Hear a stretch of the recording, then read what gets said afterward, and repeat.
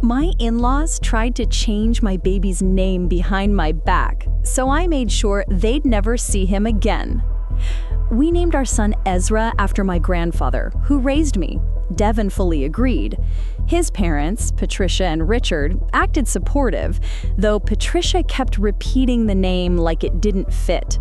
Soon, she stopped using it entirely, calling him only Baby. 2 weeks later, I found a completed birth certificate application in Patricia's purse.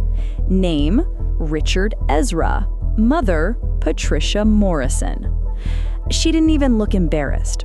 Richard deserves a grandson named after him, she said, insisting Ezra could just be the middle name. But it didn't stop there. Richard had ordered business cards for the baby. Richard R. Morrison Jr. Patricia told neighbors that Ezra was named after his grandfather and showed off a blanket embroidered Little Richie. When I confronted Devin, he was stunned.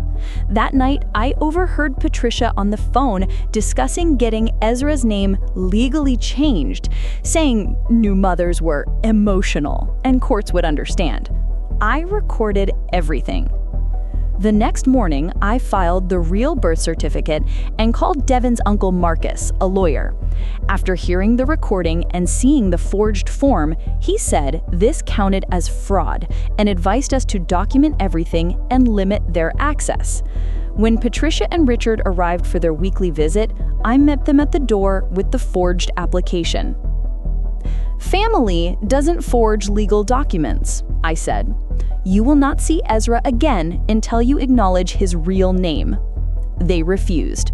I shut the door. For 6 months, they tried guilt, surprise visits, and even lawyers. Eventually, Patricia filed a grandparents' rights petition, claiming we were unfit and alienating them over a name. In court, I presented the forged paperwork, the recording, and all their Little Richie items. The judge asked Patricia, "What is this child's legal name?" She finally muttered, "Ezra." Petition dismissed. The judge also added that their actions actually justified restricting access. That was 3 years ago. Ezra starts preschool soon, proud to carry my grandfather's name. Patricia still sends birthday cards addressed to Richard. I send them back unopened.